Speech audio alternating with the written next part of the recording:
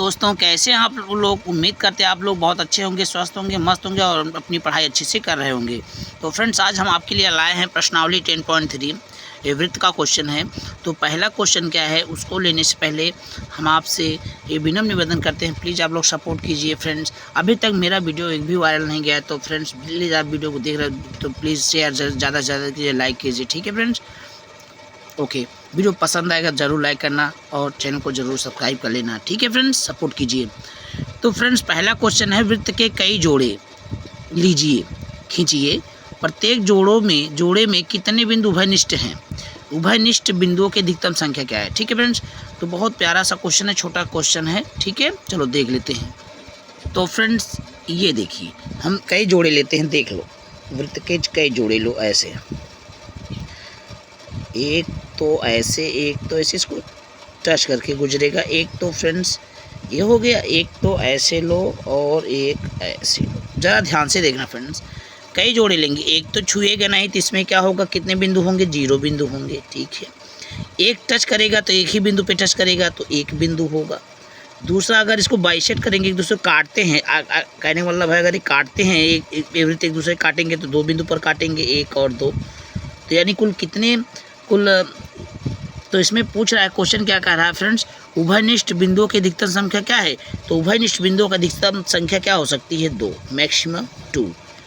एक तो छुएगा भी नहीं तो 0 होगा, एक छुएगा तो 1 बिंदु पे छुएगा, और अगर काटेगा तो 2 बिंदु पर, मैक्सिमम बिंदुओं की संख्या 2। ये पहला क्वेश्चन बहुत छोटा था। अब दूसरा क्वेश्चन देख लेते हैं, बहुत काम का है। अब ये फ्रेंड दूसरा प्रश्न हम आपको दिखाने का प्रयास कर रहे हैं। मान लीजिए आपको एक वृत्त दिया है, एक रचना इसके केंद्र को ज्ञात करने के लिए दीजिए। कोई वृत्त बना है लेकिन उसको केंद्र को कैसे ज्ञात करेंगे ये मुझे पता करना, ठीक है। तो चलो फ्रेंड्स देख लेते हैं। तो मैं यहाँ पर कोई एक वृत्त ऐसे बना लेता हूँ फ्रेंड्स, थोड़ा सा समझ के चलना, बना लिया ऐसे, ठीक है, ओके। इसका सेंटर पता करना है, तो रचना क्या करना है, थोड़ा सा ध्यान से देखना, बहुत ईजी है, हमें सेंटर ही प्रूव करना है, ठीक है, ये सेंटर लाना है। तो उसके लिए क्या करना होगा, हमें 2 जीवा खींचनी पड़ेगी समान लंबाई की, ऐसे, ठीक है फ्रेंड्स, हमें 2 जीवा खींचनी पड़ेगी समान लंबाई की, सेम लंबाई की। अगर ये AB है, ध्यान से देखना, अगर ये AB है तो ये मान लो ये CD जीवा है, और ये मान लो लेंथ में बराबर है। मैं यहाँ लिख देता हूँ, AB बराबर है CD के, ये मान लो ये हम दिया है, मैंने लिख लिया, क्योंकि हमें खींचना पड़ेगा समान लंबाई का जीवा इसको लाने के लिए सेंटर। अब दूसरा कार्य क्या करेंगे फ्रेंड, ध्यान से समझना, AB और CD का, जैसे आप क्लास 8 में पढ़ते आए हैं, इसका रेखाओं का लंबार्धक जो करते हैं, यानी B के साइड से आधे से अधिक का ऐसे चाप लेंगे। कैसे लेंगे फ्रेंड, देखो यहाँ पर रखेंगे तो उसका प्रकार का निब और पेंसिल यहाँ रखेंगे, ठीक, ऐसे ऐसे ऐसे। फिर वहीं अर्क इधर से भी लगाएंगे दोनों साइड। जब लगाएंगे ना फ्रेंड्स, तो देखो ये इधर कटेगा, ऐसे ध्यान से देखना, ये नीचे जब यहाँ से लगाएंगे तो एक ऐसे कटेगा, फिर वहीं यही B से जब काटेंगे तो एक इधर भी कटेगा ऐसे। फिर वहीं चाप, यानी वहीं अर्क अगर ऐसे लगाएंगे तो वो ऐसे कटेगा और ये ऐसे कटेगा। इन दोनों को मिला दीजिए, ऐसे ऐसे खींचते हुए मिला दीजिए, ठीक है। आप ये करना, ठीक है, मैं तो एक अंदाज से कर रहा हूँ, आप ये रेखा ABCD नाप के खींचना अच्छे, हाँ, और एक वृत्त गोला का बनाना, कोई भी नाप का वृत्त बना लेना, लेकिन ABCD एक नाप का खींचना। उसके बाद इनको लंबार्धक करना, तो आपको बहुत राइट आएगा, प्लीज़ आप करके देखना, ठीक है। उसके बाद अब CD को भी वहीं करना है, सेम प्रक्रिया जो आपने AB में किया, इसका भी आधा से अधिक लेके आप इसको दोनों तरफ से काट दीजिए, फिर CD से काट दीजिए, ऐसे तो कटेंगे। तो AC से काटेंगे तो ऐसे कटेंगे, ऐसे, और ऊपर काटेंगे तो ऐसे कटेंगे, ठीक है, ऐसे। फिर D से काटेंगे तो ऐसे, ये इधर भी कटेगा ऐसे। अब इससे होते हुए ऐसे रेखा खींच दो, ठीक है, मेरा तिरछा हुआ। आप जब बनाएंगे ना बहुत अच्छे से आएगा। लंबार्धक कर दीजिए, जब लंबार्धक करेंगे तो ये दोनों जहाँ कटेंगे ना फ्रेंड्स, यहीं आपका O आएगा, ये इस तरीके से आएगा जो क्वेश्चन पूछा है, ठीक है। तो आपका सेंटर मिल जाएगा। उम्मीद करते हैं आप बहुत अच्छे से समझ गए होंगे, आप इसको अच्छे से कर लेंगे, ठीक है। रचना में रचना भी लिखनी है, तो रचना ऐसे लिख देना कि किसी भी, या लिखना किसी भी नाप का एक वृत्त खींचो, किसी भी नाप का वृत्त खींचा, कोई भी नाप ले लो आप, ठीक है, ओके। उसमें या उसके अंतर्गत उसमें 2 जीवा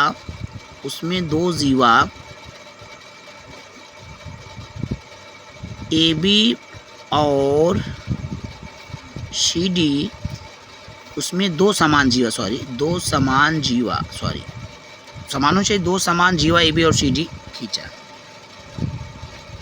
ठीक है, दोनों जीवाओं ध्यान से देखना फ्रेंड, दोनों जीवाओं ए बी और सी डी का अर्धक किया या लंबार्धक किया, कुछ भी कह लो। ठीक है, लंबार्धक किया। ठीक है,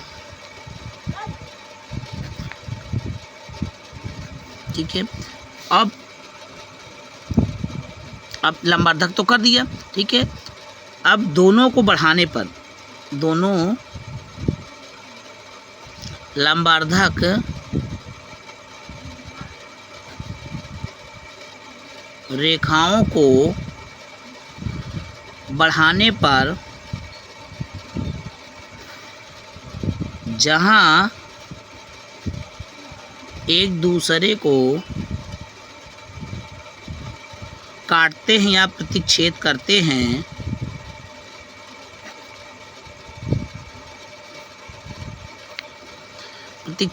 हैं, वही हमारा वृत्त का केंद्र बिंदु है। ठीक है, ये प्रूव्ड है।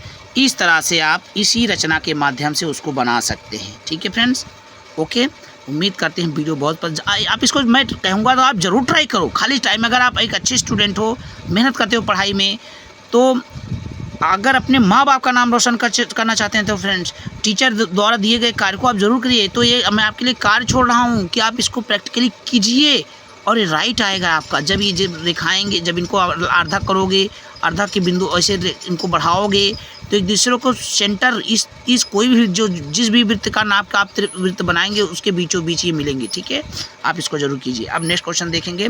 अब मैंने रचना भी लिख दिया है, आप इसकी भी सहायता से आप इसका स्क्रीनशॉट ले सकते हैं, उसको बना सकते हैं। ठीक है फ्रेंड्स, बाकी तो मैंने चित्र भी बना के दिखाया और करने का तरीका बताया। अब हम क्वेश्चन नंबर 3 देख लेते हैं। तो फ्रेंड्स, तीसरा प्रश्न आप एक बार देख लीजिए। कह रहा है यदि दो वृत्त परस्पर दो बिंदुओं पर प्रतिच्छेद करें, जाहिर सी बात है अगर दो वृत्त हैं तो परस्पर दो बिंदुओं पर ही कटेंगे।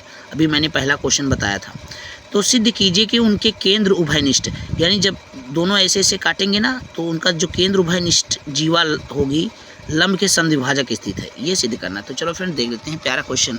तो फ्रेंड चलो पहले त्रिभुज ABC और AOD में देख लेते हैं। ठीक है, त्रिभुज ABC तथा त्रिभुज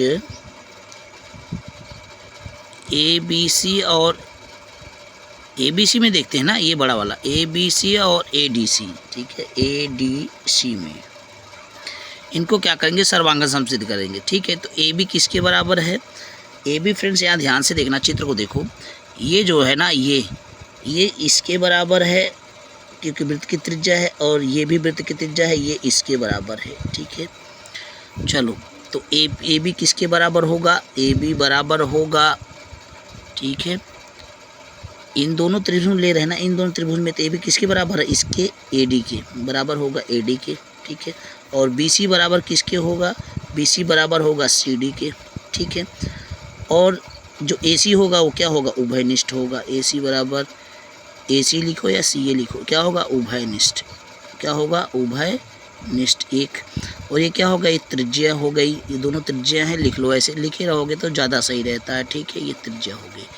ठीक है, अब हम लिखेंगे त्रिभुज ABC सर्वांगसम त्रिभुज ADC,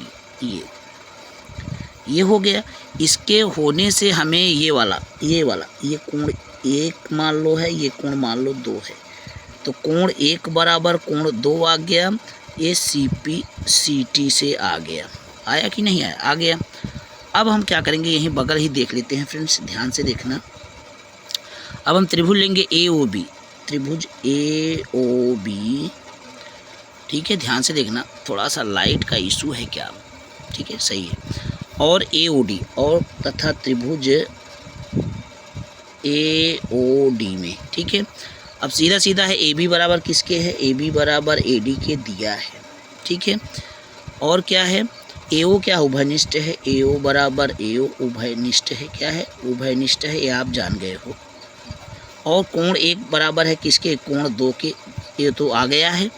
इस हिसाब से आपका त्रिभुज एओबी जो है वो सर्वांगसम सिद्ध हो गया त्रिभुज एओडी के, ये आ गया। अब इसके हिसाब से अब कोण एओबी जो कोण, ये वाला कोण एओबी, ये वाला कोण और एओडी ये वाला कोण भी बराबर हो जाएंगे। लिखेंगे कोण एओबी बराबर है कोण एओडी के, किस नियम से, सीपी सीटी से, corresponding part of congruent triangle AOB OD. दोनों के मिलाकर कितना बन रहा है, सरल रेखा बन रही है 180 अंश। ठीक है, इसको हम आगे के पेज में देख लेते हैं। अभी यहाँ ध्यान से देखना फ्रेंड्स, कोण एओबी अब प्लस कोण एओडी, ध्यान से देखना, एओडी कितना बन रहा है 180 अंश, दोनों बराबर हैं तो कोण एओबी प्लस कोण एओबी लिख लो, क्योंकि ये दोनों बराबर हैं तो इसी को रख लो बराबर 180 अंश। ये दो कोण एओबी हो जाएगा बराबर 180 अंश, तो कोण एओबी बराबर हो जाएगा, बटा में जाएगा गुणा में है 2, तो 2 9 18 90 अंश। तो कोण एओबी आ गया 90 अंश और कोण एओडी भी आ गया 90 अंश, तो यानी लंब हो गया, यहीं लाना था हमें क्वेश्चन में। ठीक है फ्रेंड्स, तो इस तरह से हमारा ये प्रूव्ड हो गया क्वेश्चन। ओके, ठीक है। वीडियो पसंद आए लाइक करना, ज़्यादा से ज़्यादा फ्रेंड को शेयर करना, चैनल को जरूर सब्सक्राइब कर लेना। मिलते हैं नेक्स्ट वीडियो में। जय हिंद, वंदे मातरम।